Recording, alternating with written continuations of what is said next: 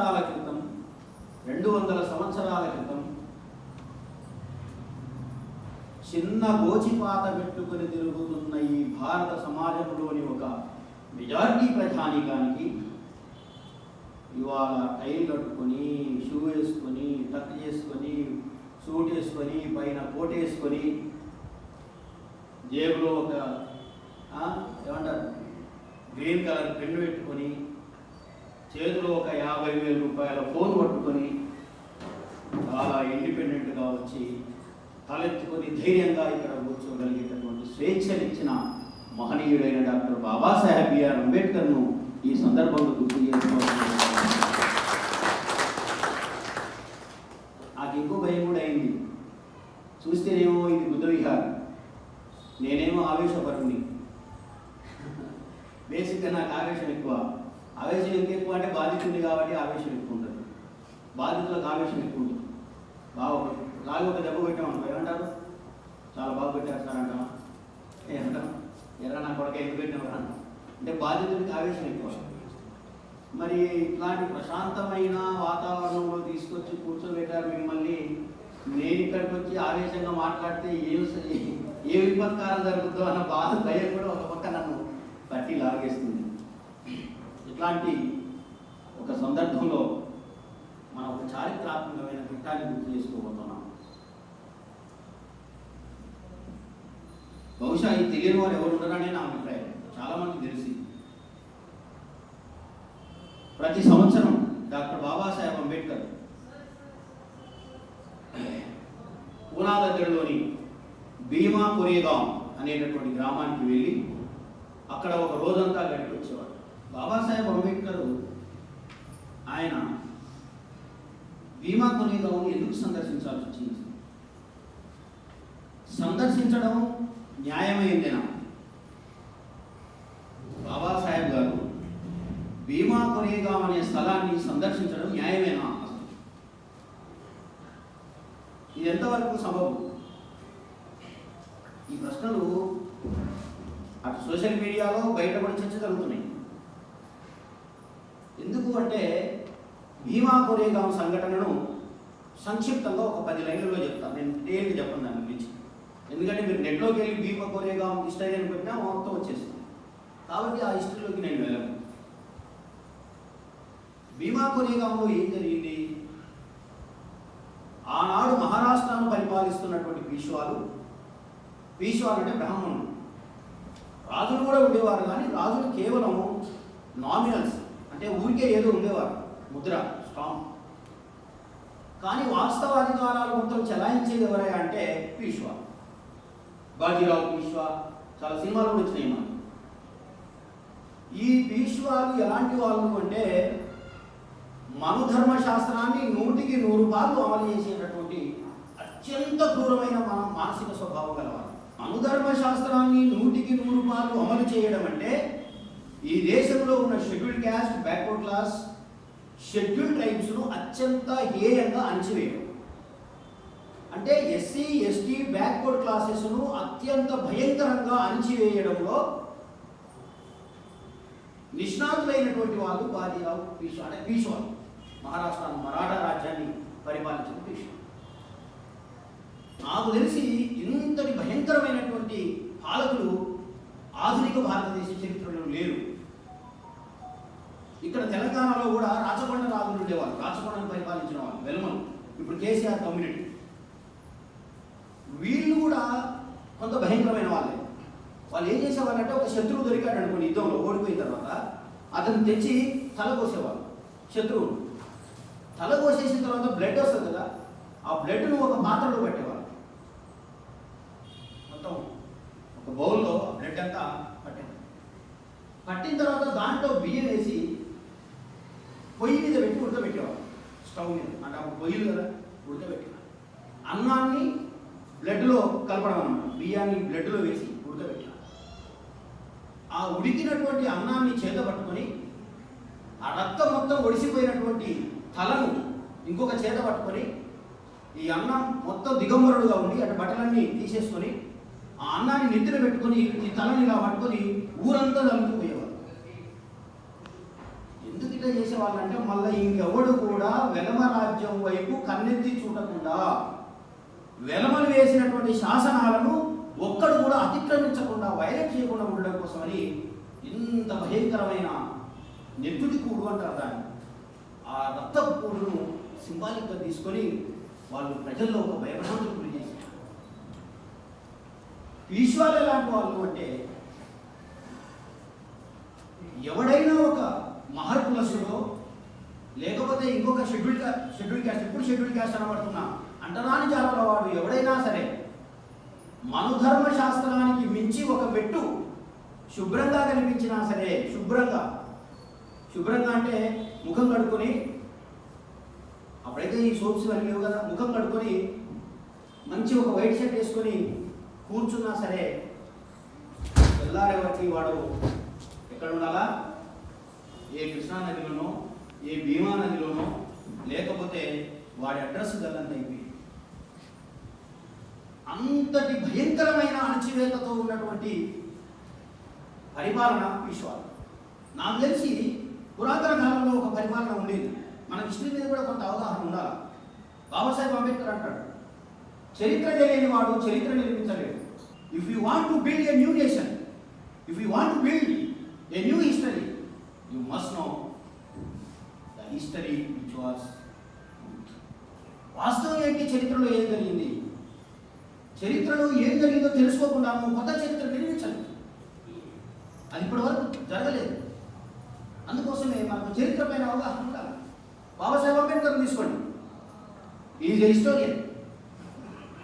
Babasaheb Ambedkar was a historian. Bhima Koregaon అనే సంఘటన ఒకటి ఉన్నదని, భీమా కొరేగాం అనే సంఘటనలో భయంకరమైన పీష్వా సామ్రాజ్యాన్ని అంతం చేస్తూ 28,000 మంది పీష్వా సైన్యాన్ని కేవలం 500 బలమైన మహర్ సామ్రాజ్యం లేదా మహర్ సైనికులు విధ్వంసం చేసేసి 28,000 మందిని నాశనం చేసి ఆ భయంకరమైన క్రూర నియంతృత్వ పాలనకు స్వస్తి పలికారు అని చెప్పడం అనేటటువంటిది మొట్టమొదట బాబాసాహెబ్ అంబేద్కర్ ఇచ్చాడు. అంటే ఎంత చారిత్రక లోతులు ఉండాలి, ఎంత చరిత్ర అవగాహన ఉండాలి కదా. How he had a depth historian knowledge, historic depth. ఒక హిస్టోరియన్ కూడా కావాల్సిన నాలెడ్జ్ ఆయనకు ఉంది. Because himself he is a historian. Babasaheb only హిస్టోరియనేనా? Is the great economist. మన పిల్లలు ఒకటే చదువుతారు, అయితే బైపీసీ లేదంటే ఎంపీసీ, కాకపోతే HEC. But what Babasaheb Ambedkar had done in this country. మీకు తెలుసా? at the rate of 21 age, 21 సంవత్సరాల వయసులో ఉన్నప్పుడు షాయాజీరావు గైక్వాడ్ దగ్గరికి బాబాసాహెబ్ అంబేద్కర్ వెళ్తే షాయాజీరావు గైక్వాడ్ బాబాసాహెబ్ అంబేద్కర్ని అడిగాడు, ఏం చదువుకుంటావా నువ్వు అని. అప్పటికి ఆయన బాబాసాహెబ్ కాదు, అప్పటికి ఆయనకు పెద్ద ఆస్తులు లేవు, అప్పటికి ఆయనకు బిల్డింగ్లు లేవు, అప్పటికి ఆయనకు పేరు లేదు, అప్పటికి అసలు అంబేద్కర్ అంటే కూడా ఎవరో తెలియదు. మామూలు విద్యార్థి. ఏం చదువుకుంటావు అంటే బాబాసాహెబ్ అంబేద్కర్ అన్నాడు, నేను పబ్లిక్ ఫైనాన్స్ చదువుతాను. పబ్లిక్ ఫైనాన్స్ అనేటటువంటిది ఆ రోజుల్లో ఉన్న మనువాద అగ్రకులాలుగా చెప్పబడుతున్నటువంటి కులాలకే వణుకు పుట్టించేటటువంటి సబ్జెక్టు. బట్ బాబాసాహెబ్ అంబేద్కర్ ఒక రాజు ముందు నిలబడన్నాడు, నేను పబ్లిక్ ఫైనాన్స్ చదువుతాను. సో నేను ఏమంటానంటే ఆ థాట్ ఆయనకు అప్పుడే వచ్చింది. అంత రెవల్యూషనరీ ఆయన. So is a great economist. ఎంత గొప్ప ఎకానమిస్ట్ చెప్పినా, యావత్ భారతదేశంలో మహాత్మా గాంధీ అని పేరు చెప్పుకుంటే గాంధీ, వల్లభాయ్ పటేల్, జవహర్లాల్ నెహ్రూ, అంతకంటే ముందున్న దాదాబాయి నవరోజీ, అంతకంటే ముందు ఉన్నటువంటి బాలగంగాధర్ తిలక్, వీళ్ళకెవరికి అర్థం కానటువంటి భారతీయ ఆర్థిక సమస్యలు పరిష్కరించిన అత్యంత గొప్ప భారతీయుడు డాక్టర్ బాబాసాహెబ్ గారు. ఎందుకో తెలుసా? ఆనాటికి భారతదేశంలో ఉన్న రూపాయి విలువ పడిపోయి ఉండేది. ఇప్పుడే చాలా పడిపోయింది. ఇప్పుడు ఎంత డాలర్ తీసుకుంటే ఎంత? ఇప్పుడు 70 80 వాడు ఒక డాలర్ ఇస్తే మనం 70 రూపాయలు. అప్పుడు ఇంకా భయంకరంగా ఉండేది. అందరూ ఏమనుకున్నారంటే బ్రిటిష్ వాళ్ళే ఈ రూపాయి విలువను పడగొడుతున్నారు అనుకున్నారు. ఒక పెద్ద రాంగ్ నోషన్. బాబాసాహెబ్ అంబేద్కర్ ఛేదించారు. ఏమన్నాడు తెలుసా? నోనో అర్థం కాదు, అసలు రూపాయి విలువ ఎందుకు పడిపోతుందో మొట్టమొదట రీసెర్చ్ చేయాలి అన్నాడు. ఎవడి వల్ల కాలే, బాబాసాహెబే తనంతట తానుగా మొట్టమొదట రూపాయి విలువ పడిపోవడానికి గల కారణాలను రీసెర్చ్ చేసి పరిశోధించి దానికి సంబంధించినటువంటి వివరాలు బయటకు తీసుకొని చెప్పాడు.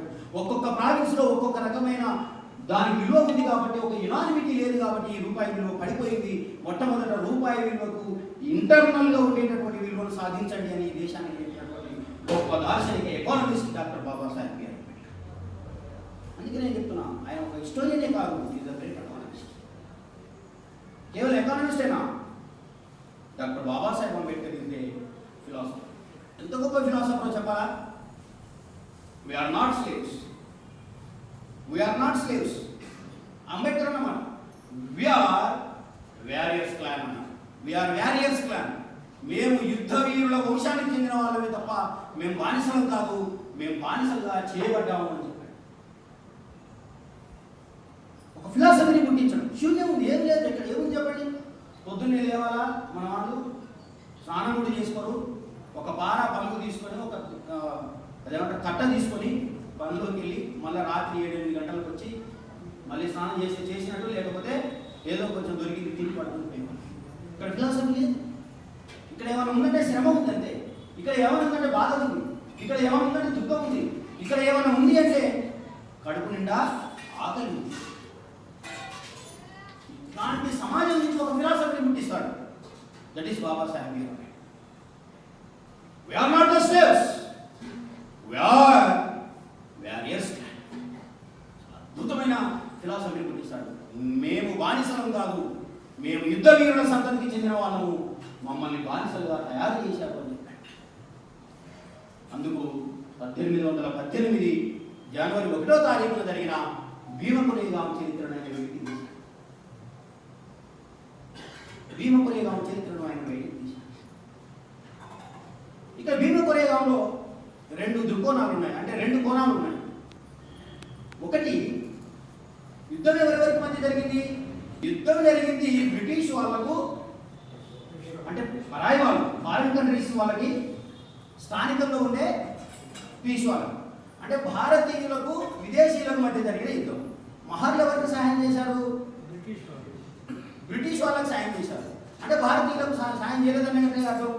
మరి భారతీయులకు సహాయం చేయనటువంటి సంఘటన అంబేద్కర్ గారికి ఎట్లా ఆదర్శం అవుతుంది? మనం అనుకుందాం, బ్రిటిష్ వాళ్ళకు సహాయం చేసే సంఘటన మనకెట్లా ఆదర్శం అవుతుంది? అవి it is a model. Babasaheb Ambedkar దాన్ని ఒక బ్రిటిష్ వాడికి, ఒక భారతీయ భీష్ములకు మధ్య జరిగినటువంటి యుద్ధంగా ఆయన భావించారు. బాబాసాహెబ్ అంబేద్కర్ దాన్ని ఎలా భావించారంటే, ఒక అత్యంత క్రూరమైన నియంతృత్వ పాలనకి దాన్ని ఎదురు తిరిగినటువంటి మహర్ సైనికుల యొక్క ధైర్య సాహసాలకు మధ్య జరిగే యుద్ధంగా దాన్ని ఆయన తీసుకున్నారు. ఎందుకంటే తీసుకోవాలి అంటే, అధ్యాపనం చాయధ్యయనం యజనం వ్యాధనం తదా దానం ప్రతిగ్రహం చైవ బ్రాహ్మణనామ కల్పయేత్. వాడు శాసనం కొట్టేస్తాడు. ఎంత బలమైన శాసనం అంటే, లోకానాంతు వివృద్ధ్యార్థం ముఖబాహురుపాదతః బ్రాహ్మణం చ క్షత్రియం చ వైశ్యం చ శూద్రః. ఈ శాసనానికి తిరుగుతుంది. ఏం శాసనం అది? లోకానాంతు వివృద్ధ్యార్థం ముఖబాహురుపాదతః బ్రాహ్మణం చ క్షత్రియం చ వైశ్యం చ శూద్రః అంటాడు. ఈ సమాజాన్ని, ఈ లోకాన్ని పుట్టించడానికి ఒక బ్రహ్మదేవుడు అనే ఒక దేవుడు ఉన్నాడు. ఆయన మనుషులని 4 భాగాల నుంచి పుట్టించాడు. ఒకటి ముఖంలో నుంచి బ్రాహ్మణులను, 2 భుజాల్లో నుంచి క్షత్రియులను, 3 తొడల్లో నుంచి వైశ్యులను, 4 కాళ్ళలో నుంచి శూద్రులను పుట్టించాడు. ఇక్కడ ఉన్న ఫిలాసఫీ ఏంటంటే, ముఖంలో పుట్టినటువంటి వాడు వేదం చదవాలా, భుజంలో పుట్టినటువంటి వాడు క్షత్రియుడు కావాలంటే ఇది రాజు కావాలి, సైనికుడు కావాలి, తొడల్లోంచి పుట్టినటువంటి వైశ్యుడు వ్యాపారం చేయాలి, కాళ్ళలోంచి పుట్టినటువంటి శూద్రుడు వీళ్ళ ముగ్గురికి సేవ చేసుకుని బతకాలి, వెట్టి చాకరీ చేసుకోవాలి. ఇది ఫిలాసఫీ. అంటే ఎట్టి పరిస్థితుల్లో కాళ్ళలో నుంచి పుట్టినటువంటి వాడు వ్యాపారం కానీ, యుద్ధరంగంలో పాల్గొనడం కానీ, వేదం పఠించడం కానీ జరిగేటటువంటి అవకాశమే లేదు.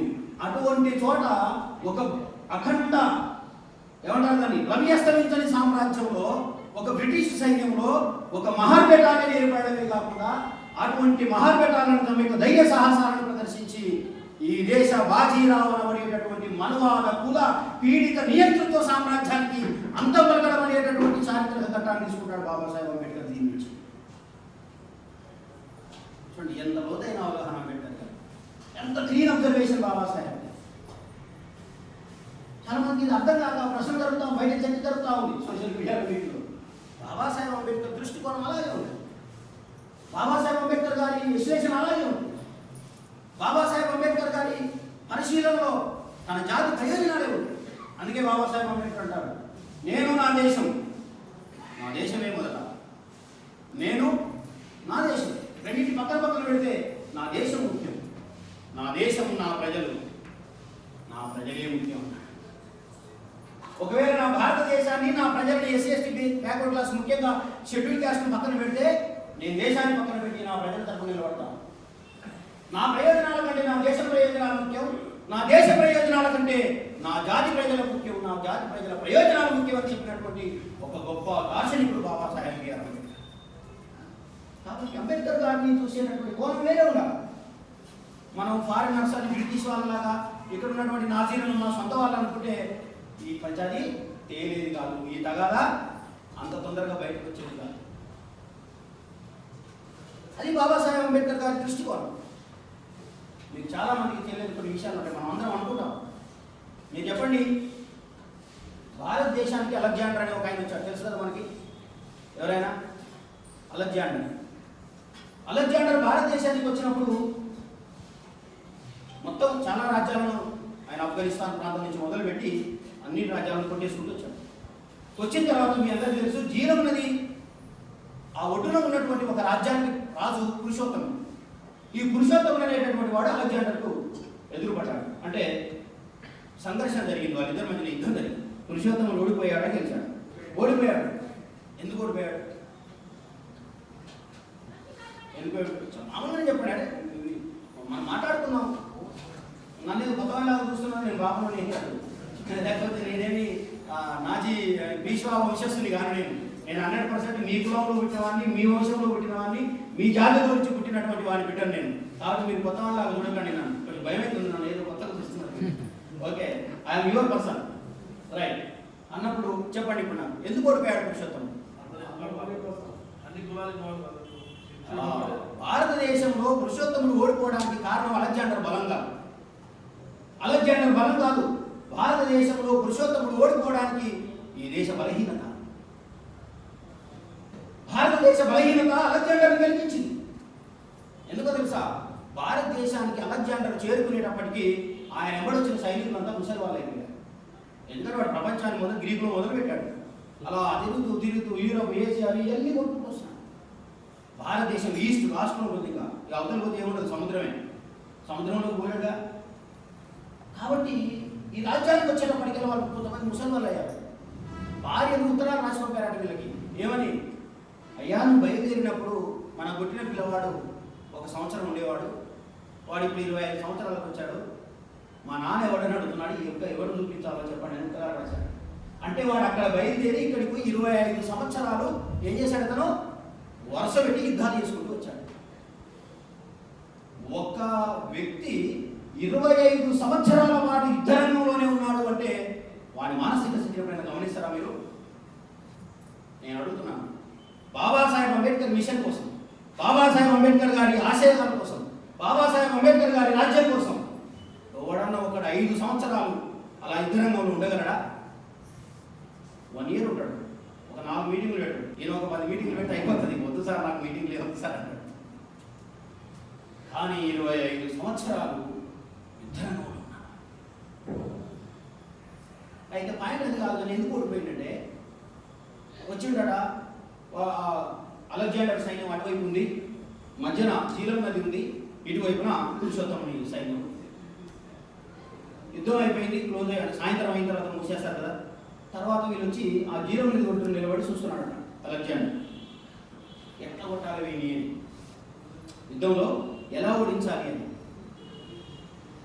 అవతల వైపున మొత్తం ఒకేసారి అన్ని ఇంకా అక్కడ మనం బుద్ధుడికి వెలిగించాం కదా, అలా మొత్తం లైట్ వెలిగిపోయింది. లైట్ అంటే అప్పుడు ఆ రోజు లైట్ కాదు, కావడాలు ఇవి ఉంటాయి కదా.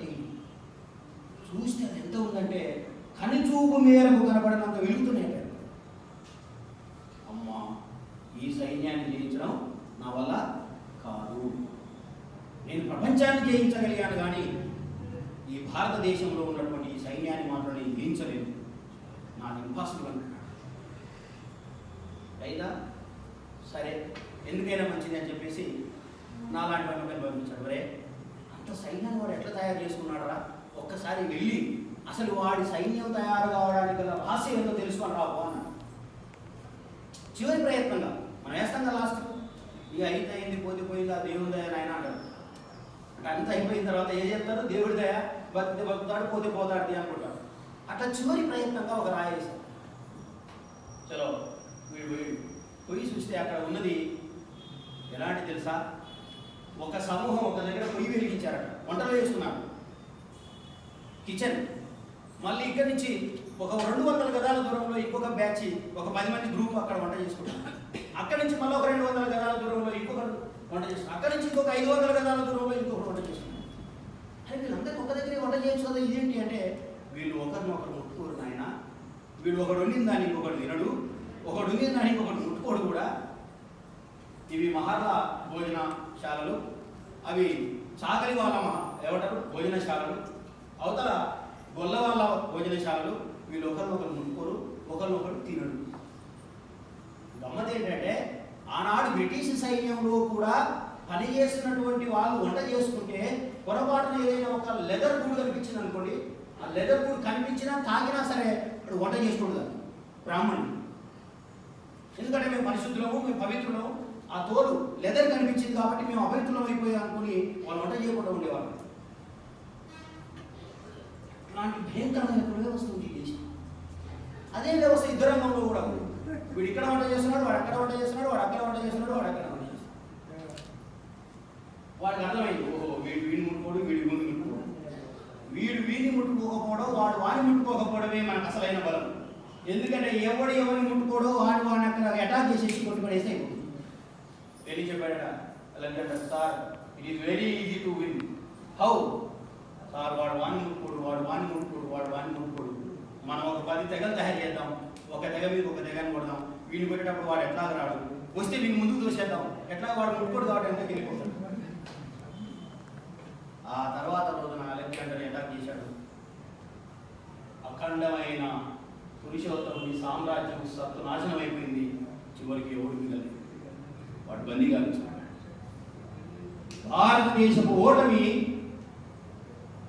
దాని బలహీనత. ఆ బలహీనత ఏమిటి అంటే కులం. ఇది చరిత్రలో ఎవరు చెప్పరు మనకు. ఇట్లాంటి సంఘటనలు వెలికి తీయగలిగినటువంటి ఏకైక మునగాడు భారతదేశంలో ఎవరైనా ఉన్నారంటే అతడు డాక్టర్ బాబాసాహెబ్ బిఆర్ అంబేద్కర్. సగర్వంగా ఎక్కడైనా తలెత్తుకొని చెప్పాలి మనం ఏ మాట. ఆయన మహర్బిడ్డ అయినందుకు కాదు మనం చెప్పాల్సింది, ఆయన చరిత్ర నూతన కోణాన్ని ఎలా వైపు తీస్తున్నాడనే దానికోసం మనం ఆయన అప్రిషియేట్ చేయాలి. ఇట్లా మీకు ఇంకొక 2వ చారిత్రక సంఘటన చెప్తాను. ఒకటి మనం పురుషోత్తం దగ్గర చూసాం. 2 కాకతీయ సామ్రాజ్యం. మీ అందరికీ తెలుసు కాకతీయ సామ్రాజ్యం ఎట్లా ఓడిపోయిందో చూద్దాం. The Kakatiya dynasty was ruled by the great Rudramadevi. మనందరికీ తెలుసు. మహాదేవ గణపతి దేవ చక్రవర్తి చాలా పెద్ద పెద్ద రాజులు. 1323 సంవత్సరంలో కాకతీయ సామ్రాజ్యం విధ్వంసమైంది. కాకతీయ సామ్రాజ్యం విధ్వంసమైనాక 4 రాజ్యాలు ఏర్పడ్డాయి. ఒక రాజ్యం కప్ప రాజ్యం అయితే, ఇంకొక రాజ్యం రెడ్డి రాజ్యం అయితే, ఇంకొక రాజ్యం వెలవ రాజ్యం అయితే, ఇంకొక రాజ్యం శ్రీకృష్ణదేవరాయలు. 4 రాజ్యాలు ఏర్పడ్డాయి. ఇంతటి బలమైన కాకతీయ సామ్రాజ్యం ఓటమికి గల కారణాలు ఏంటో తెలుసా? మీరు అనుకున్నట్టు కాకతీయ సామ్రాజ్య సైన్యపు బలహీనత కాదు, కాకతీయ సామ్రాజ్యంలో ఉన్నటువంటి కుల బలహీనత. కాకతీయ సామ్రాజ్యంలో ఉండేదే ఫీలింగ్ ఉండేది, ఒకరినొకరు ముట్టుకునే వాళ్ళు కాదు. కాపులను వేలమలని మాల మాదిరి ఉంటారు కదా, వీళ్ళెవరు ఒకరిని ముట్టుకునే వాళ్ళు కాదు. వాడు వచ్చినవాడు వాడు ముస్లిం వాడికి ఏముంటుంది, కొట్టేసిన వాడు వరుస పెట్టి కూతకొచ్చుకోవడమే తెలుసు. వీళ్ళ ఎస్సీ బీసీ అవన్నీ మనకు తెలియదు. అందరూ వరుస పెట్టి కూర్చోవచ్చు. వీడేమో కొట్టాలా వద్దా, వచ్చినోడు ఏం కులం, వచ్చినోడు ఎట్లా, ఇది జన్యం ఉందా లేదా, అయితే వాడు వేసుకుంటూ పోయి వీటిలో వాడు చూశాడు. ఆయన కాకతీయ సామ్రాజ్యం ఇచ్చిన. సో భారతదేశం బలహీనత కులమే. భారతదేశం మొత్తం ప్రపంచ చరిత్రలో వెనుకబడిపోవడానికి కులమే కారణం. ఈ కులమే కారణం అని మొట్టమొదట వెలికి తీసినటువంటి వాడు మహాత్మా జ్యోతిరావు పూలే అయితే ఆ తర్వాత అంతటి ఘన చరిత్ర కలిగిన చరిత్రకారుడు బాబాసాహెబ్ బిఆర్ అంబేద్కర్. చాలామంది బాబాసాహెబ్ అంబేద్కర్ కంటే ముందు చాలా విచిత్రమైన వాదనలు చేసేవారు. అంటరానితనం ఎట్లా వచ్చింది? అన్టచబిలిటీ ఎట్లా వచ్చింది అని చెబితే చాలామంది ఏం చెప్తారు? బీఫ్ తినడం వల్ల వచ్చింది అంటారు. ఇంకా కొంతమంది ఏమంటారు? These scheduled caste people are not hygienic, వీళ్ళు నీట్గా ఉండరు, వీళ్ళు మురికితో ఉంటారు, అంతే కదా, కాబట్టి వీళ్ళు ముట్టుకోవడానికి వీళ్ళు అంటరాని వాళ్ళు అయిపోయారని అంతకుముందు సూత్రాలు చేశారు. కానీ భారతదేశంలో నిజమైన అంటరానితనం ఎట్లా పుట్టిందో మొట్టమొదట చెప్పి దానికి చారిత్రక ఆధారం చూపించి ఇది చారిత్రక సత్యమని ఎనాలసిస్ చేసి పరిశోధించి ఈ చారిత్రక సంఘటనలన్నింటినీ ఒక ప్రోధి వచ్చినటువంటి మన తాత విశ్వరత్న బాబాసాహెబ్ బిఆర్ అంబేద్కర్ ఎలా చేశాడు చెప్పాలా? ఆయన ఏం సూత్రాలు చెప్పి ఏం ప్రిన్సిపల్ ఇచ్చాడు చెప్పాలా? ఇంకెవడు ఊహించలేడు. నేను చెప్తున్నాను, భారతదేశంలో ఇంకెవడు ఊహించలేనటువంటి చారిత్రక కోణాలను ఊహించగలుగుతాడు ఆయన. అందుకే అమర్త్య సేన్, మీ అందరూ తెలుసు, నోబెల్ బహుమతి గ్రహీత అమర్త్య సేన్ అంటాడు, my father in economics is doctor Babasaheb BR Ambedkar. ఒక నోబెల్ బహుమతి గ్రహీత అనగలుగుతాడు ఆ మాటని, కానీ మనం ఆడలేదు. ఒక షెడ్యూల్ కాస్ట్, ఒక మహారో, ఒక మాదిగను, ఒక చమా, ఎవరు ఉంటారు? మామూలు అనుకోండి. అంబేద్కర్ పేరు చెప్పగానే తర్వాత మాట్లాడదాం, we will talk later. Why అంటే మనకు అంబేద్కర్ గారి యొక్క ప్రాధాన్యత, అంబేద్కర్ గారి యొక్క శ్రమ, అంబేద్కర్ గారి దేశంలో చేసినటువంటి అమోఘమైనటువంటి సర్వీసెస్ మనకు తెలియదు. అందుకే అంబేద్కర్ గారు మనకు ఒక కులంలో కనిపిస్తాడు, అంబేద్కర్ గారు మనకు ఒక కోణంలోనే కనిపిస్తాడు, అంబేద్కర్ గారు మనకు ఒక చిన్న స్థానంలోనే కనిపిస్తాడు. కానీ మొత్తం ప్రపంచాన్ని ఈరోజు విస్తరించినటువంటి వాడు బిఆర్ అంబేద్కర్. మొత్తం ప్రపంచాన్ని ఆనందించాడు. అందుకు ఉదాహరణ అమర్త్య సేన్, ఇంకెవరో చెప్పాల్సినటువంటి అవసరం. ఎస్, అంటరానితనం ఎలా వచ్చిందో భారతదేశంలో మనకు ఒక విశ్లేషణాత్మకమైన విషయాన్ని చూపెట్టాడు అంబేద్కర్. ఏమంటాడంటే, పుష్యమిత్ర శకుడు 185వ సంవత్సరంలో 185 BCలో పుష్యమిత్ర శకుడు అనేటటువంటి ఒక బ్రాహ్మణుడు చివరి బౌద్ధ చక్రవర్తి అయినటువంటి బృహద్రథుని హత్య చేసిన తర్వాత, Pushyamitra Shunga was a Brahmin, he killed Brihadratha who was the last Buddhist king, last Mauryan king. అతను చంపేస్తాడు. చంపేసిన తర్వాత ఏమవుతుందంటే, అప్పటి వరకు బౌద్ధంలో ఉన్నటువంటి వాళ్ళందరినీ తిరిగి మరలా బ్రాహ్మణ మతంలోకి, హిందూ మతంలోకి కన్వర్ట్ చేయడం మొదలు పెడతారు. ఒక బుద్ధిస్ట్ మాను హత్య చేసిన వాడికి 10,000 ఠాకాలు ప్రకటించాడు వాడు ఆ రోజులో విశ్వమిత్రుడు. ఒక తల తీసుకొస్తే వాడికి 10,000 ఇచ్చేవాడు. అట్లాంటి భయంకరమైనటువంటి రీకన్వర్షన్ జరుగుతున్న సందర్భంలో ఈ దేశంలో ఉన్న మహర్లు, ఈ దేశంలో ఉన్న నాగాలు అంటే మాలలు, మాదిగలు, బ్యాక్వర్డ్ క్లాసెస్ కొన్ని ఏం చేశాయంటే, మేము తిరిగి ఆ వైదిక మతంలోకి రాము అని చెప్పేసి తెగేసి, we don't want to convert into this Vedic and Manvadic religion. చెప్పేశారు. అప్పుడు ఆ రాజు వీళ్ళందరినీ ఏం చేశాడంటే ఊరికి దూరంగా నెట్టివేసి దీస్ పీపుల్ ఆర్ అన్టచబుల్స్. అసలు ఎవరైనా ఊహిస్తారా దీన్ని? అసలు దీనికి ఆధారాలు దొరకబట్టడం ఎంత కష్టం చెప్పండి, దీనికి మూలాలను తీసుకురావడం ఎంత కష్టం చెప్పండి. అటువంటి మూలాలను వెతికి బయటికి తీసి మన ముందు నిలబెట్టేటటువంటి ఒక గొప్ప చరిత్రకారుడు ఆయన అన్నాడు, అన్టచబిలిటీకి అసలు కారణం ఉంది. ఎప్పుడైతే ఈ దేశంలో ఉన్న బుద్ధిస్టులు తిరిగి వైదిక మతంలోకి మతాంతీకరణ చేయలేదో, మతాంతీకరణ చెందడానికి నిరాకరించారో, వాళ్ళందరినీ ఊరికి దూరంగా నెట్టివేశారు. ఈ ఊరికి దూరంగా నెట్టివేయబడిన ప్రజలే చివరికి అన్టచబుల్స్ అయ్యారు అని చెప్పేసి ఈ దేశంలో ఒక చారిత్రక కోణాన్ని బయటకు తీసుకొచ్చిన వాడు. ఇది కూడా సాధ్యమయ్యే పని కాదు.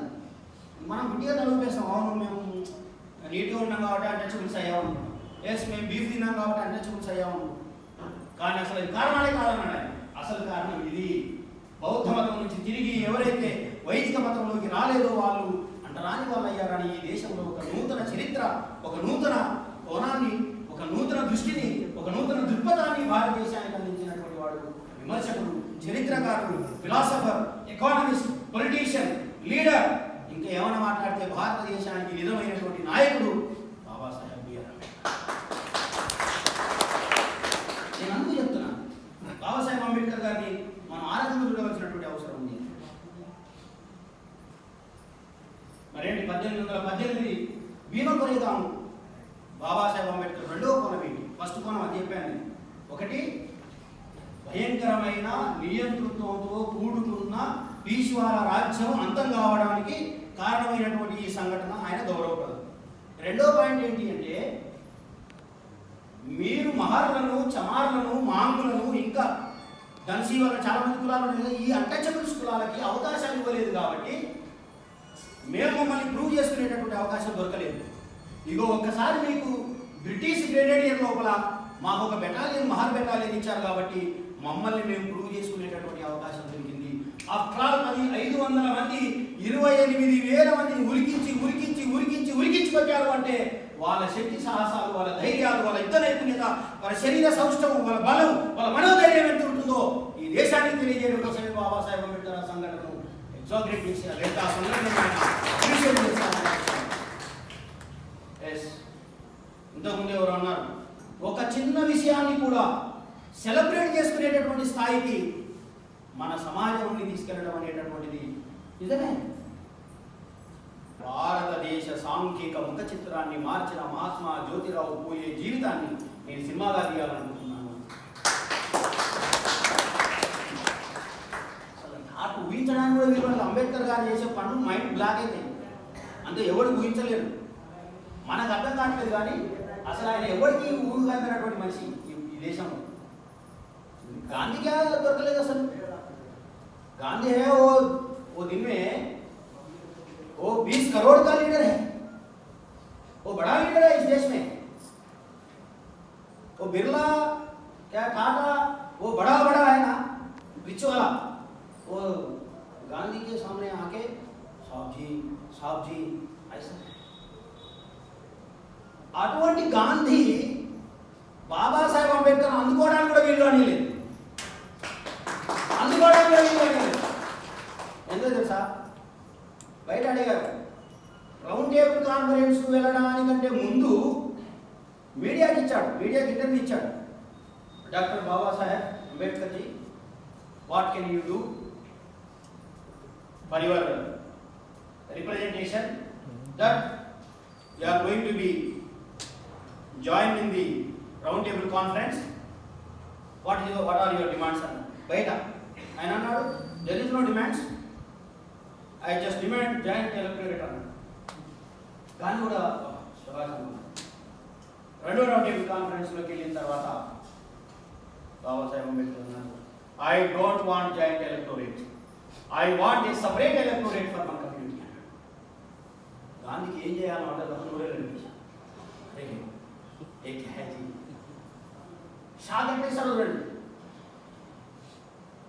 బాబాసాహెబ్ అంబేద్కర్ గారిని కాన్ఫరెన్స్లోకి, రౌండ్ టేబుల్ కాన్ఫరెన్స్లోకి రాకుండా చేయడానికి గాంధీ ఏం చేశాడంటే, బ్రిటిష్ వాళ్ళతో యుద్ధానికి దిగాడు.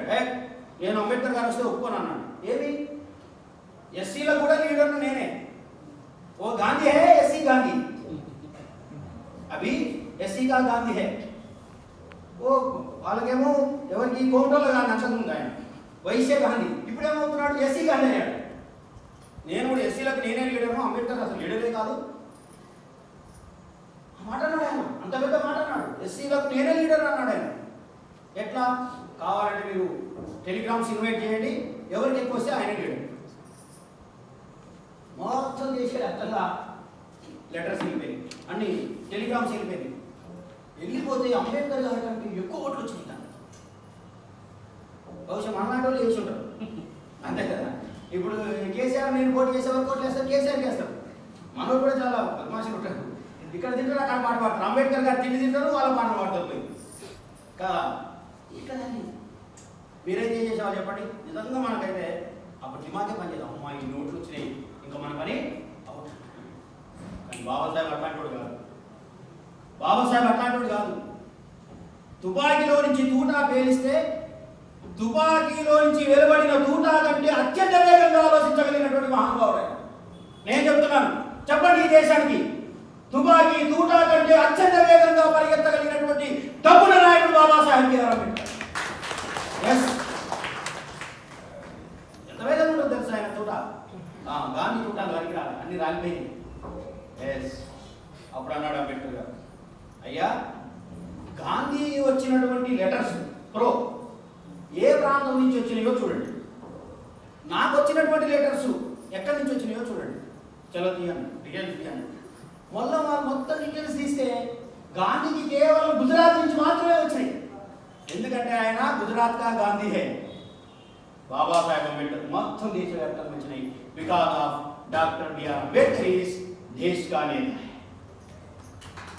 गांधी गुजरात का नेता है, बाबा साहेब बिआर अंबेडकर देश की नेता है.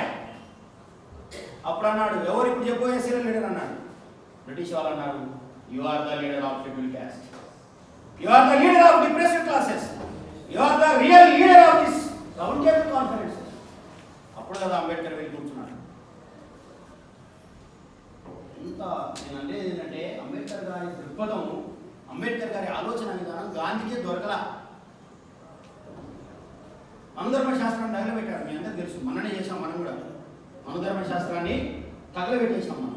ఎందుకంటే మనుధర్మ శాస్త్రం కులాన్ని ప్రోత్సహించింది, మనుధర్మ శాస్త్రం కుల విభజన గుర్తించింది, మనుధర్మ శాస్త్రం మనుషుల మధ్య విభేదాలు గుర్తించింది, మనుధర్మ శాస్త్రం మనుషుల్ని చీల్చి చంపేసింది, మనుధర్మ శాస్త్రం మనుషులుగా చూడేటటువంటి ఒక వ్యవస్థను సృష్టించింది. మనుధర్మ శాస్త్రం ఈ సమాజంలో మనుషులకు ఉండేటటువంటి విలువలను దుర్మార్గంగా పశుత్వానికి దిగజార్చింది కనుక మనుధర్మ శాస్త్రాన్ని తగలబెట్టేసింది. మనుధర్మ శాస్త్రాన్ని తగలబెడితే ఈ మనువాద బ్రాహ్మణీయ శక్తులని ఆ గాంధీ దగ్గరికి వెళ్ళి, ఏమండి ఆయన మనుధర్మ శాస్త్రాన్ని తగలబెడుతున్నాడు అంబేద్కర్ గారు, మీరేం మాట్లాడరా అని. అంటే గాంధీ ఏమన్నాడు తెలుసా? ఎందుకంటే గాంధీ తెలుసు అప్పటికే ఎన్ని శాఖలో తిన్నాడు ఆయన. ఒరే, మీరు అంబేద్కర్ గారిని వ్యతిరేకించాలంటే, అంబేద్కర్ గారిని మీరు విమర్శించాలంటే ఆయన కంటే ఎక్కువ చదువుకుంటుంటారా, మీలో ఎవడైనా చదివాడా? Is there anyone who can fight against Dr. Ambedkar? Who can compete Dr. Ambedkar? మీరు అంబేద్కర్ ఎదుర్కొనే శక్తి ఎవరికైనా చదివారా మీరు చెప్పండి అన్నాడు. ఒక్కడు మాట్లాడాలి. ఎందుకు? బాబాసాహెబ్ అంబేద్కర్ ఎంఏ చేశాడు, బాబాసాహెబ్ అంబేద్కర్ ఎల్ఎల్బి చేశాడు, బాబాసాహెబ్ అంబేద్కర్ డిఎస్సి చేశాడు, బాబాసాహెబ్ అంబేద్కర్ భారత్లో చదివాడు, బాబాసాహెబ్ అంబేద్కర్ అమెరికా వెళ్ళాడు, బాబాసాహెబ్ అంబేద్కర్ కేంబ్రిడ్జ్లో చదివాడు, బాబాసాహెబ్ అంబేద్కర్ కొలంబియాలో చదివాడు. ఈ దేశంలో ఉన్న ఏ ఒక్క పెద్దలు కూడా కనీసమైన కాలుకోటి కూడా సమానమయ్యే విద్య లేని వాడు కనుక ఒక్కరు కూడా ఎదురు మాట్లాడలేదు. అందుకే బాబాసాహెబ్ అంబేద్కర్ శక్తిని అంచనా వేసేటప్పుడు, బాబాసాహెబ్ అంబేద్కర్ ఉద్యమ స్ఫూర్తిని అంచనా వేసేటప్పుడు మనల్ని మనం ఒక్కసారి ఆలోచన చేసుకోవాల్సినటువంటి అవసరం ఉంది. బాబాసాహెబ్ అంబేద్కర్ యొక్క తత్వాన్ని అర్థం చేసుకోవాలంటే చాలా భయపడతారు. అందుకే భీమా కొరేగాం వెళ్తే జుట్టు వీపుకున్నారు. ఎట్లా అసలు ఎందుకు వెళ్ళాడు? బ్రిటిష్ వాళ్ళకి సాయం చేసి యుద్ధంలోకి సమర్థిస్తాడు. బ్రిటిష్ వాడైతే మాకింది, వాడు అమెరికా వాడైతే మాకింది. నా జాతి ప్రజలు ఆకలికి అలవడించి నటనకలు ఆడుతుంటే, నా జాతి ప్రజలకు దేవుడు అంటే ఎవడో తెలియకపోతే, నా జాతి ప్రజలకు ఆపదలో ఎవరి వర్గాలను అర్థం కాకపోతే, ఇట్లాంటి ఒక దిక్కు వచ్చి అతడు చిన్న వయసు వాడైనా సరే అక్కడ కూర్చొని నమో తస్స భగవతో అర్హతో సమ్మా సంబుద్ధస్స అని చెప్పేసి ఈ సమాజం ముందు నిలబడితే తప్పకుండా అతనికి మోకరిల్లుతామని చూపించే సంఘటనే భీమా కొరేగాం సంఘటన సోదరుల. అది అంబేద్కర్ పర్స్పెక్టివ్. నేను అంటాను అంబేద్కర్ దృక్పథం. డబ్బులు ఇస్తే దృక్పథం ఎట్లా మారుతుంది? డబ్బులు ఇస్తే మారుతుందా? డబ్బులు తీసుకుంటే మారేది కాదు. అట్లా మారేదైతే బాబాసాహెబ్ అంబేద్కర్ గారికి పాకిస్తాన్ ప్రధానమంత్రి ఆఫర్ వచ్చింది, ప్రైమ్ మినిస్టర్ ఆఫ్ పాకిస్తాన్. మన వాళ్ళం ఏం చేసేవాళ్ళం? ఎందుకంటే గొప్ప అవకాశం లేదు, తప్పకుండా నేను వెళ్ళి మీ దగ్గర కూర్చున్నాను. కానుమొక్కేవాడు. మామూలు కానుమొక్కడం కాదు సార్, సాష్టాంగ నమస్కారం. బుద్ధుని ముందు కూడా ఎప్పుడు అంటే పడింటారు బహుశా, కానీ వాళ్ళ ముందు అట్లా సాష్టాంగ నమస్కారం అంటారు. బాబాసాహెబ్ అంబేద్కర్ అన్నాడు, నాకు ఈ ప్రధానమంత్రి పదవి అవసరమే లేదు. సిక్కులు వెళ్ళి అడిగారు, మీరు సిక్కు మతంలోకి రండి, మీకు సముచిత స్థానం ఇస్తాం. ఇస్లాం వాళ్ళు అంటే ముస్లిం మతస్థులు ఇస్లాం వాళ్ళు వెళ్ళి అడిగారు, మీరు రండి ఇస్లాంలోకి, మీకు అత్యద్భుతమైన ప్రపంచ స్థానం దొరుకుతుందన్నారు. క్రైస్తవులు అడిగారు, బాబు నువ్వు వరల్డ్ వైడ్ అవుతావు, మొత్తం దేశాలలో మొత్తం క్రైస్తవమే ఉంది, నేను వరల్డ్ వైడ్ చేస్తామన్నారు. కానీ బాబాసాహెబ్ అంబేద్కర్ వాటన్నిటిని చాలా సున్నితంగా తిరస్కరించి తన మతానికి, తన ప్రజలకు, తన అభిమతానికి, తన ప్రజలకు, తన సమాజానికి ఏదైతే సూట్ అవుతుందో, రేపు రాబోయేటటువంటి తరాలు ఏ మతాన్నైతే సగర్వంగా ఎత్తుకొని దాంట్లోకి వెళ్ళి కూర్చొని బుద్ధవందనం చేయగలిగేటటువంటి అవకాశం ఉందో, ఇట్లా సమానంగా ఎక్కడైతే కూర్చోగలిగేటటువంటి ఆపర్చునిటీస్ ఉన్నాయో అట్లాంటి ఒక మెటీరియలిస్టిక్ మతమైనటువంటి బౌద్ధాన్ని తీసుకున్నాడు బాబాసాహెబ్. కొంతమంది క్రైస్తవం మీద ద్వేషం అంటారు, కాదు. ఇస్లాం మీద ద్వేషం అంటారు, కాదు. ఇంకొక సిక్కు మతం మీద ద్వేషం కానే కాదు. బాబాసాహెబ్ అంబేద్కర్ కొత్త కోణం ఏంటంటే, నా దేశ ప్రజలకు అవసరమైన మెటీరియలిస్టిక్ రిలీజన్ కావాలి అనుకుంటాడు బాబాసాహెబ్ అంబేద్కర్. అందుకే ఆయన బౌద్ధాన్ని తీసుకున్నాడు అనేటటువంటి విషయాన్ని మీకు తెలియజేస్తా ఉన్నాను.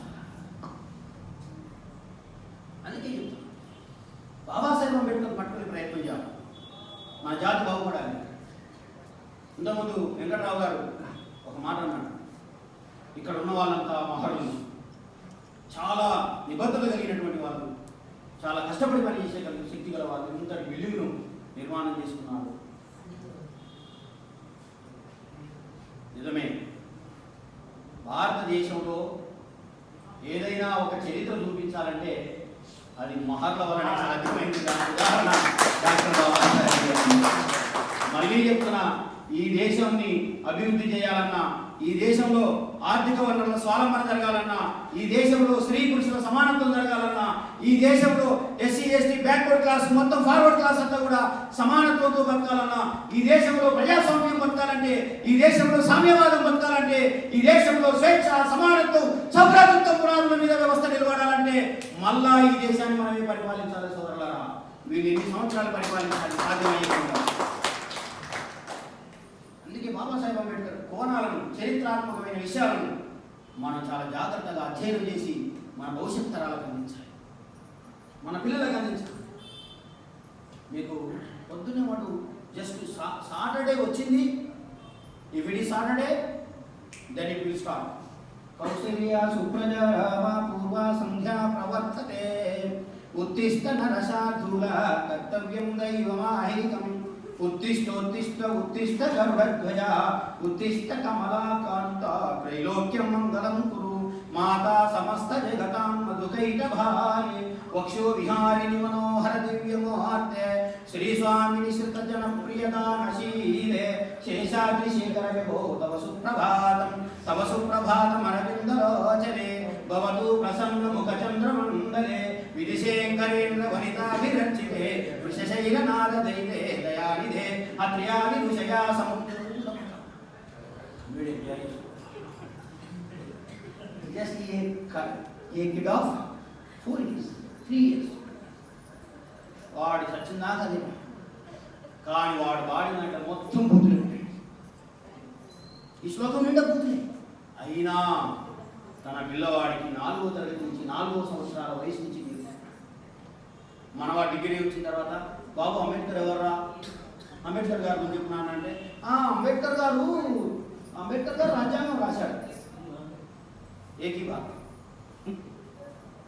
ఇంత పెద్ద చరిత్ర, ఇంత పెద్ద పోరాటం, ఇంత పెద్ద నూతన చరిత్ర వాళ్ళు లిఖించేటటువంటి తత్వము, ఇంత లోతైన అధ్యయనము, ఇవన్నీ ఏముంది?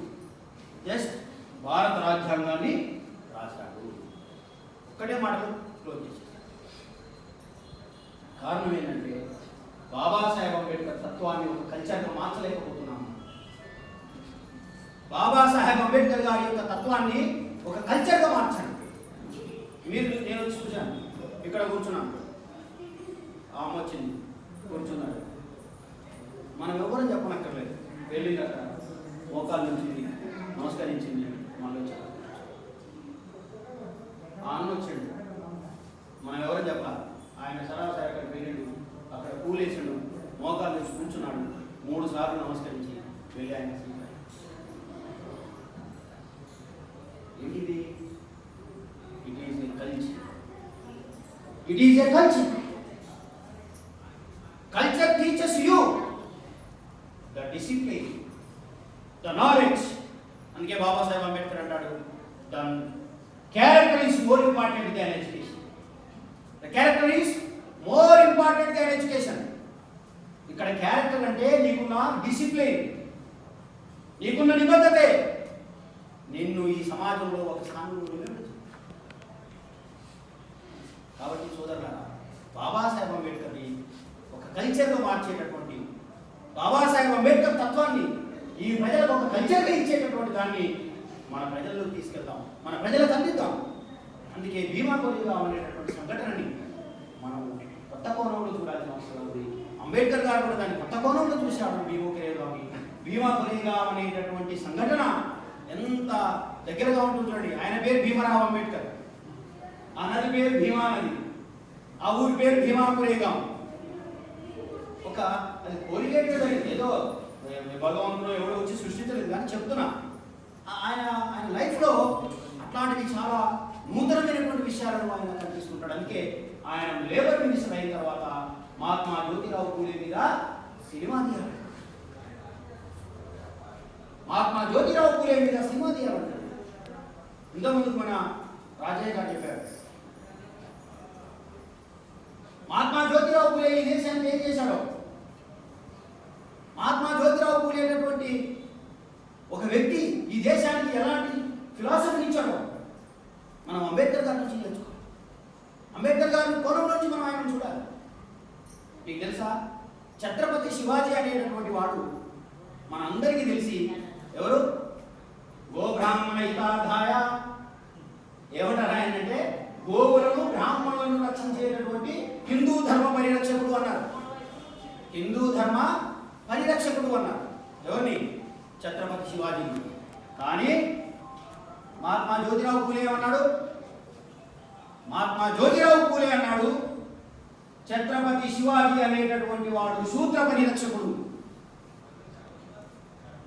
Those belong to backward classes అని మొట్టమొదటి చరిత్రను బయటికి తీసుకొచ్చాడు. శివాజీ సమాధి ఎక్కడుందో కనిపెట్టి దాని చుట్టూ అంతా కూడా పాడైపోతే దాన్ని శుభ్రం చేయించి దానికి సున్నం వేయించి ఇది శివాజీ, వీర శివాజీ సమాధి, ఇతడు మొత్తం బ్రాహ్మణీయ మనవాద శక్తుల మీద జీవితాంతం పోరాడినటువంటి వీరుడు, శూరుడు అని చెప్పేసి అక్కడ ప్రకటించాడు మహాత్మా జ్యోతిరావు. సో ఈ కల్చర్ను మన పిల్లలకి అందించగలగాలి, ఈ చరిత్రను మనం వాళ్ళకి అందించగలగాలి. అసలు చెప్పని చూడండి, ఎంత భయంకరమైన మనుషులు వీళ్ళంటే. చరిత్ర ఎట్లా వస్తుంది చెప్తా, వాళ్ళ దగ్గర నుంచి ఎట్లా వస్తుందంటే, ఆ రోజుల్లో 1857 తిరుగుబాటు జరిగిందండి. ఈ 1857 తిరుగుబాటుకు కారణాలు, ఇది ప్రథమ స్వతంత్ర పోరాటము. దీనికి కారణాలు ఏమిటంటే, ఆ రోజులో పంది కొవ్వు కొరకాలని, ఆవు కొవ్వు కొరకాలని సైన్యంలో ప్రవేశపెట్టారు. అందువల్ల ఈ యుద్ధం జరిగింది. అక్కడికి రాగానే చరిత్ర కారణం అసలు ఒరిజినాలిటీ వాస్తవాలను ప్రజల ముందు పెట్టాలి.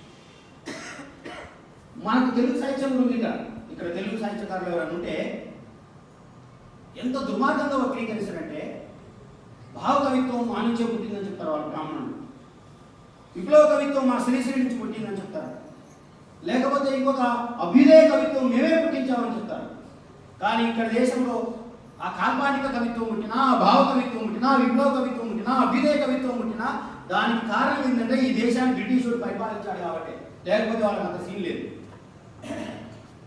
నిజమని భారతదేశానికి ఒక చారిత్రక దృక్పథాన్ని, ఒక విశ్వదృష్టి, వరల్డ్ పర్స్పెక్టివ్ని ఇవ్వగలిగింది ఇంగ్లీషే ఆ రోజుల్లో. అట్లాంటి ఇంగ్లీషును మొట్టమొదటి చదువుకున్నది ఈ దేశంలో బ్రాహ్మణులు. అప్పటికి మనకు చదువు లేదు. అప్పటి అసలు బాబాసాహెబ్ అంబేద్కరే మొట్టమొదటి గ్రాడ్యుయేట్ ఆ ప్రాంతంలో. అట్లా అన్నప్పుడు అసలు మన చదువు ఎక్కడి నుంచి వచ్చింది? అట్లా అన్నప్పుడు మనకి ఇంగ్లీష్ ఎక్కడి నుంచి వచ్చింది? వాళ్ళు ఇంగ్లీష్ నేర్చుకున్నారు, వాళ్ళు బ్రిటిష్ వాళ్ళలో పనిచేసింది, వాళ్ళు బ్రిటిష్ సైన్యంలో పనిచేసింది వాళ్ళు. కానీ మన వాళ్ళు కొంచెం ఎంటర్ కాగానే, ఆ మహార్ ఏమంటారు దాన్ని బెటాలియన్ రాగానే, లేదా ఆ మహార్ సైనికులు రాగానే వీళ్ళు పోరాటం ఎవరు చేశారు. అందుకే 1895 తర్వాత మీరు బాగా గమనించండి, ఆఫ్టర్ 1895 సైన్యాల్లో ఉండేటటువంటి మహర్లను మెల్లగా తొలగించడం మొదలుపెట్టాడు. మరే కాదు 1945 వచ్చేటప్పటికల్లా సైన్యాల్లో మహర్ బెటాలియన్స్ లేకుండా చేసి పడేశారు.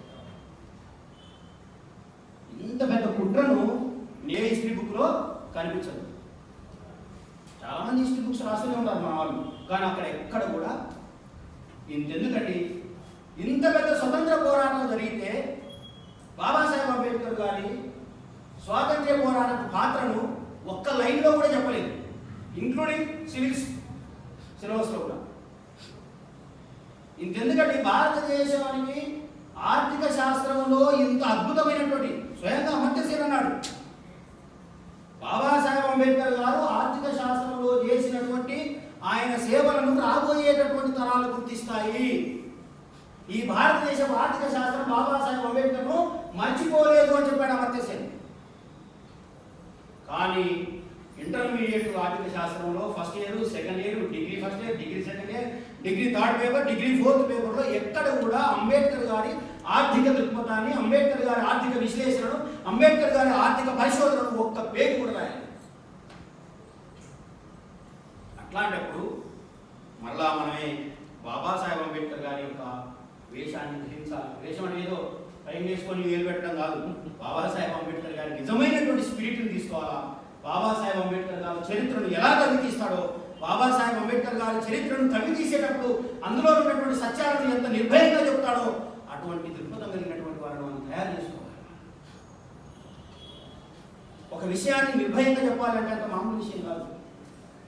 మీకు తెలుసు, ఒక్కరోజు టీవీ డిబేట్లో పాల్గొని 1 గంట సేపు ఉంటుంది అది, అంతే. టీవీ డిబేట్లు మీరు ఎంతమంది చూసినా నాకు తెలియదు, కానీ మా టీవీ డిబేట్ కొన్ని జరుగుతుంటాయి, నేను వెళ్తుంటాను అప్పుడప్పుడు. బయటకు వచ్చిన తర్వాత మనోళ్ళు ఎవరు పని చేయరు, వెంకట్రావు పని చేయడు, రామకృష్ణ పని చేయడు, ఎవరు పని చేయడు. ఎందుకులే అనుకుంటారో లేకపోతే అన్న బీచుకుంటారో తెలియదు, మనకి విషయం తెలియదు, కానీ ఎవరు చేయరు. ఫస్ట్ ఫోన్ వచ్చేది ఆర్ఎస్ఎస్, విషయం పరిస్థితి, ఏవో జాగ్రత్తలు అవన్నీ ఉండేవాళ్ళని. అక్కడ ఫస్ట్ ఫోన్ వచ్చి కదిలేకృష్ణైనా అవునండి దొంగనా పడక వాడు స్టార్ట్ అక్కడికి మొదలు పెడతాడు. ఇక చెప్పుకో ఇక్కడ ఈ బౌద్ధ మందిరంలో చెప్పుకోలేనని బూతులు తింటారు. అంటే వాడికి ఎంత కాన్షియస్నెస్ ఉందో తెలుసుకోమని అంటున్నాను. నేను వాడేది గొప్పడు అంటాను, వాడికి ఉన్న కాన్షియస్నెస్. నువ్వు చెప్పేది సత్యమైనా సరే ఆ సత్యాన్ని చంపడానికి వాడు ఎన్ని ఎత్తుగడలు వేయాలో అన్ని ఎత్తుగడలు వేస్తాడు. కానీ ఆ సత్యాన్ని బతికించడానికి, ఆ సత్యాన్ని నిర్భయంగా ప్రపంచానికి తెలియజేయడానికి బుద్ధుడు ఏ విధంగానైతే తన ప్రాణాన్ని పణంగా పెట్టాడు, బాబాసాహెబ్ అంబేద్కర్ కూడా అదే విధంగా తన ప్రాణాన్ని పణంగా పెట్టాడు. బుద్ధుడు అన్నాడు, నీ దుఃఖమే నీ చెడు రా అన్నాడు, అసలు ఆత్మ వేరే లేదు రా అన్నాడు, పునర్జన్మ అనేది అబద్ధం రా అన్నాడు, అనాత్మ స్థాయికి వెళ్ళాలి రా అన్నాడు. ఇవన్నీ దేనికి వ్యతిరేకం? ఆనాడు ఉన్నటువంటి వైదిక మతానికి వ్యతిరేకం. బుద్ధుడిని చంపేస్తారు, అది ఆయన తెలుసు. కానీ ఈ నిజం ప్రపంచానికి తెలియకపోతే, ఈ చరిత్ర ప్రపంచానికి తెలియకపోతే బుద్ధుడు గృహప్రత్యాగం చేసి కూడా లాభం లేదు.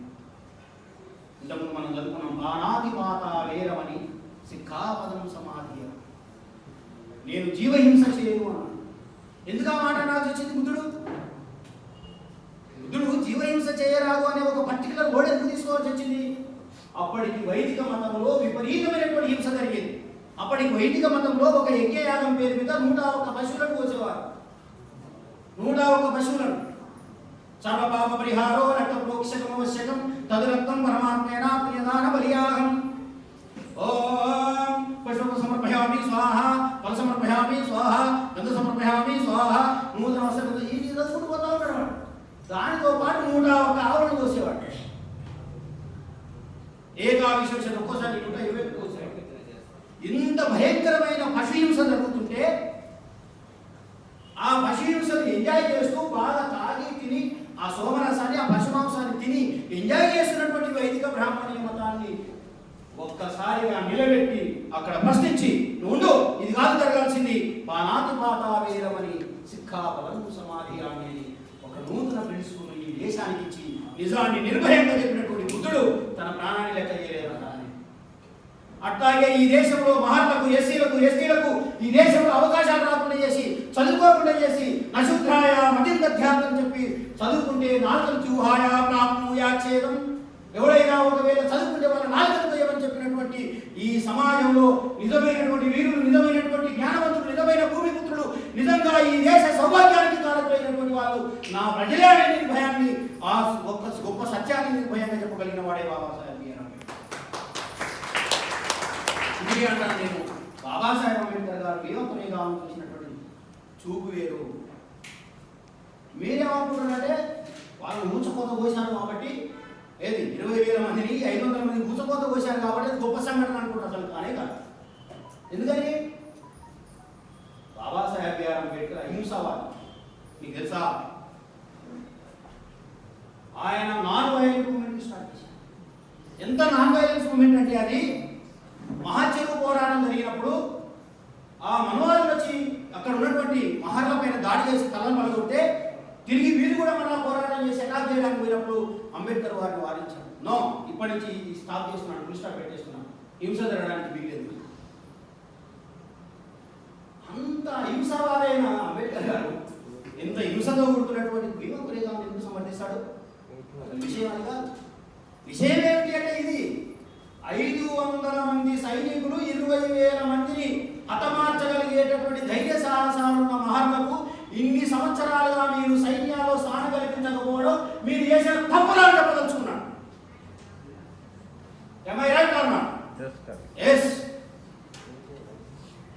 ఇన్ని డిగ్రీలు చేయగలిగిన వాడు, అన్ని పుస్తకాలు రాయగలిగినటువంటి వాడిని ఇన్ని రోజులు మీరు అవకాశం ఇవ్వకపోవడం మీరు చేసిన తప్పురా. ప్రతిభను గుర్తించండి రా అని చెప్పడానికి ఈ దేశంలో ఆయన చూపించిన ఒక నిదర్శనం జస్ట్ భీమపురిగా విజిట్. మీరు హింసగలుగుతాను చూడకండి. చాలా మంది నేను ఫేస్బుక్లో రాస్తున్నారు, పిల్లలు వాట్సాప్లో రాస్తున్నారు. 500 మంది 20,000 మందిని చంపినటువంటి చారిత్రక ఘటన. అది కాదు అంబేద్కర్ గారి కోణం. అట్లా కూడా అంబేద్కర్ వాది హింసావాదం. అంబేద్కర్ గారి హింసావాదం. అంబేద్కర్ గారి హింసావాదం కాదు. వాళ్ళని చంపడానికి ఆయనకి ఎంత మాత్రం కూడా దాంట్లో పెద్ద ఒరిగింది ఏం లేదు. అసలు ఆ 20,000 మంది చనిపోతే వచ్చిందే ఉంది మనకు.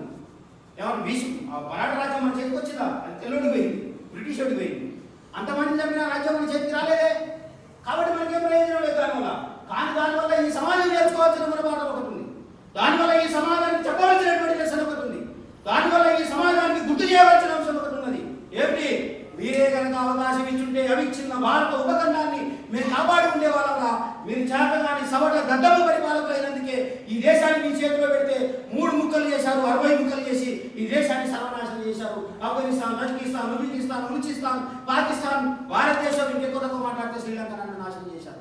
అదే ఈ మహాత్ముల చేతిలో పెడితే, అదే ఈ జమాన్ల చేతిలో పెడితే, అదే యుద్ధ వీరుల చేతిలో పెడితే అఖండ భారత ఉపఖండాన్ని ఈ దేశంలో విడిపోకుండా చేయగలిగే దమ్ము ధైర్యం రాని ఈ సమాజానికి లెసన్ చెప్పదలుచుకున్నాడు Babasaheb. That's why he visited Bhima Koregaon. That's why he appreciated Bhima Koregaon. అది అంబేద్కర్ గారి కోణం నుంచి మనం చూడాల్సిందే. అంబేద్కర్ గారు రక్త పొట్టుకున్నారని నాకు ఇష్టపడదు. అసలు గాంధీ ఈ అహింస అంటారు కదా, ఏమంటారు ఆయన? అహింసావాది, శాంతి దూత. రఘుపతి రాఘవ రాజారాం పతిత పావన సీతారాం. ఎప్పుడు ఇదే పాట పడుతుండేవాడు ఆయన. ఆయన చేతిలో ఏముంటుందంటే భగవద్గీత, ఇంకో చేతిలో ఏముంటుందంటే కర్ర ఉంటుంది. ఈ కర్ర కొట్టి చంపేదే, ఈ భగవద్గీత కూడా కొట్టి చంపేది. ఈ భగవద్గీత కూడా కొట్టి చంపేది. ఎవరే ఎందుకురా బాబు, అటు అర్జునుడు నేను యుద్ధం చేయను అన్నాడు. కృష్ణుడు గారే పిచ్చి కదా, ఎందుకు యుద్ధం చేయవురా, చంపేటోడు నువ్వు కాదని నేను చంపుతున్నా, వేసేసి అన్నాడు. భయంకరమైన హింసవాదాన్ని ప్రవచించే భగవద్గీత నీ సంకలం పెట్టుకుంటాడు. కొడితే తలకన వలిగి రక్తం గారేటటువంటి కర్రని చేతిలో పట్టుకుంటాడు. రఘుపతి రాఘవ రాజారాం. వాటి దేశానికి నా బాబాసాహెబ్ అంబేద్కర్, నా తాత ఏమిచ్చాడో తెలుసా? The knowledge is the power. The knowledge is the power. The education, only the education will రిమీడ్ యూ. ఈ దేశంలో జ్ఞానం నేర్చుకోండి, చదువు నేర్చుకోండి. అది మాత్రమే మిమ్మల్ని విముక్తి చేయగలదు. The reduction of the backward classes, scheduled classes, scheduled tribes was in the education. అది అంబేద్కర్ చేశారు. ఎంత తేడా చూసారా? కానీ గాంధీ ఏమో జాగ్రత్త అయ్యాడు, అంబేద్కర్ ఏమో ఎస్సీల మనిషి అయ్యాడు. क्या बात है, क्या मतलब है? ये या ब्राह्मणवाद का उठा బ్రాహ్మణవాద. అందుకే బాబాసాహెబ్ అంబేద్కర్ భీమా కొరేగాంను సందర్శించడానికి నూతన కోణంలో చూడాలి, నూతన పరిశోధనలు జరగాలి. దానిపైన మనం అద్భుతమైనటువంటి సమాచారాన్ని, ఒక కల్చర్ మన ప్రజలకు ఇవ్వాలి. మీకు తెలుసో తెలియదు, అప్పుడు తెలంగాణ సాయుధ పోరాటం జరిగింది ఇక్కడ, తెలుసు కదా మీ అందరికీ. తెలంగాణ సాయుధ పోరాటంలో ప్రాణాలు అర్పించిందంతా ఈ కమ్యూనిటీ వాళ్ళే. అసలు భారతదేశంలో బ్రిటిష్ సామ్రాజ్యం గట్టిగా నిలబడడానికి కారణం కూడా వీళ్ళు. ఎందుకంటే అప్పటి వరకు మనకు అవకాశాలు రాలేదు. వచ్చిన అవకాశాలు బ్రాహ్మణులకు ఇద్దామంటే వాడు యుద్ధం చేసే పరిస్థితి లేదు. ఎందుకు పరిచయం లేదు? ఓం దేవబలం ధారాబలం చంద్రబలం ఏవైతే గోంగూర వాడు వేసి కొట్టిపోయిన తర్వాత మంత్రాలు అయితే వస్తాయా? మంత్రాలు చిత్రాలు రావుతాయా? ఇక ఇస్తే ఎవరికి ఇవ్వాలి? క్షత్రియులకి ఇవ్వాలి. క్షత్రియులకి ఇస్తే ఎప్పుడైనా ప్రమాదమే.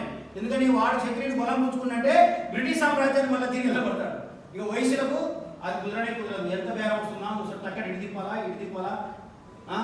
1 kg 2 kg సెట్ చేయాలి, 2 kg 4 kg సెట్ చేయాలి, వాడు చూస్తాడు. కాబట్టి ఈ దేశంలో నిస్వార్థంగా పోరాటం చేయగలిగేటటువంటి వీరులు, ఆ దమ్ము, ఆ ధైర్యం, ఆ గుండె బలం, ఆ కండబలం ఉన్నటువంటి వాళ్ళు ఎస్సీ ఎస్టీలు కనుకనే ఈ దేశంలో వాళ్ళకి మాత్రమే ఇది సరైందని బ్రిటిష్ వాడు గుర్తించాడు నాకు తెలుసు. అందుకే ఇప్పటికి మడి వెళ్ళిపోయారు మన వాళ్ళు. పోయినట్టే సుబేదారులు అయ్యారు. బాబాసాహెబ్ అంబేద్కర్ తండ్రి ఎక్కడ పనిచేశాడు? సైన్యంలో పనిచేశాడు. సుబేదార్ ఆయన, సుబేదార్. అందుకే నేను చెప్పాను, అందుకే అంబేద్కర్ గారికి అంత ప్రేమ. నా ప్రజల్ని ఒక్క అవకాశం వచ్చింది కదా, ఆ ఒక్క అవకాశాన్ని మేము కాపాడుకోగలిగాం కదా. ఆ ఒక్క అవకాశాన్ని కూడా నా ప్రజలకు అందిపోకపోతే ఎట్లా? ఆ ఒక్క అవకాశం కూడా వీళ్ళకి చెప్పకపోతే ఎట్లా కదా? చెప్పాలా? మనోళ్ళు అట్లా ఉండదు. ఒకవేళ ఏదైనా వచ్చి అట్లాంటి అవకాశం వచ్చినా కూడా వాడు చెప్పడు. అట్లాంటి అవకాశం ఉన్నా కూడా చెప్పడు. ఉదాహరణ చెప్తాను. ఒక డాక్టర్ గారి దగ్గరికి వెళ్ళాను నేను. డాక్టర్, ఆ డాక్టర్ దగ్గరికి వెళ్ళమని ఇంకొక డాక్టర్ చెప్పాడు. నాకు తెలిసిన ఆయన, అన్న ఇట్లా ప్రాబ్లం ఉందంటే you can go and visit the doctor, ఈ విల్ గివ్ ది ప్రిస్క్రిప్షన్ అన్నాడు. సరే అని వెళ్ళాను. ఆయన దగ్గరికి వెళ్ళి సార్ ఈ విషయం చెప్పాను. ప్రిస్క్రిప్షన్ రాశాడు. 1 2 3 4 రాస్తాడు కదా మందులు, మెడిసిన్ రాశాడు. రాసి కింద 35% అని నాకు డిస్కౌంట్ రాశాడు. ఏది? మెడికల్ వాడు, మెడికల్ షాప్ వాడు. నేను ఆశ్చర్యపోయినా. ఈయన నాకు కొత్త డాక్టర్, ఈ 35% నాకేంటి డిస్కౌంట్? నేను డాక్టర్ కాదు. ఆయన చెప్పినందుకు బహుశా ఇచ్చాడేమో. నేను అన్న ఆ డాక్టర్ గారు చెప్పినందుకు రాశారా డిస్కౌంట్ అన్న? నేను లేదన్నా. మరి ఏంటి అన్న? ఉందిలే ఒక కారణం అన్న. నవ్వుతున్నాడు. ఉందిలే కారణం అంటున్నాడు. కారణం మాత్రం చెప్పట. నాకు వచ్చింది వీడు వాడు అంటాడు, అన్న మీకు అట్లా డిస్కౌంట్ రాయడం వల్ల మీకు వచ్చే డబ్బుల్లో ఏమైనా అడ్జస్ట్ అవుతాను? లేదన్నా, దానికి ఒక కారణం ఉంది అంటాడు. అరే కారణం ఏంటో చెప్పాను ఆయన. నువ్వు చెప్పినాక నేను పోనని చెప్పాను. నువ్వు చెప్పినాక ఐ డోంట్ గో. అప్పుడు ఆయన అన్నాడు, నేను కూడా మీ కమ్యూనిటీ వాడిని అన్నా. అంటే నేను అడిగి బలవంతం పెడితే తప్ప వాడు నా కమ్యూనిటీ వాడిని అని చెప్పుకునేటటువంటి పరిస్థితి లేదు. అవకాశం ఉన్నా చెప్పలేని పరిస్థితుల్లో ఉంటే, అవకాశం లేని దగ్గర, ఎడారుల్లో ఎక్కడ నీటి చుక్క దొరకని దగ్గర సముద్రాలను, జలపాతాలను సృష్టించేవాడు బాబాసాహెబ్ బిఆర్ అంబేద్కర్. చెప్పండి మీ పిల్లలకు, చెప్పండి ఈ సమాజానికి, చెప్పండి ఈ వైదిక సంస్కృతికి, చెప్పండి ఈ కుల సమాజాన్ని బద్దలు కొట్టడానికి. కులం అనేటటువంటిది మళ్ళొక్కసారి ఈ సమాజంలో పనిచేయకుండా ఉండడానికి చెప్పండి. నీటి చుక్క లేని కాడ జలపాతాలను సృష్టించేవాడు అంబేద్కర్. ఎడారుల్లో ఎడారుల్లో ఎడారుల్లో వేల సంవత్సరాలైనా మిమ్మల్ని బతికించగలిగే అద్భుతమైన ఫిలాసఫీని సృష్టించుకున్నాడు డాక్టర్ బాబాసాహెబ్. అందుకే వీరత్వం, భీమకురేగాం అనేది మనకు ఒక ఇన్స్పిరేషన్. భీమకురేగాం అనేది ఒక ఫిలాసాఫికల్ సింబల్. భీమకురేగాం అనేటటువంటిది ఒక ఐడియాలజికల్ సింబల్. భీమకురేగాం అనేటటువంటిది మన జాతికి ఒక సంస్కృతిని అందించగలిగేటటువంటి ఒక హిస్టారికల్ సంఘటన.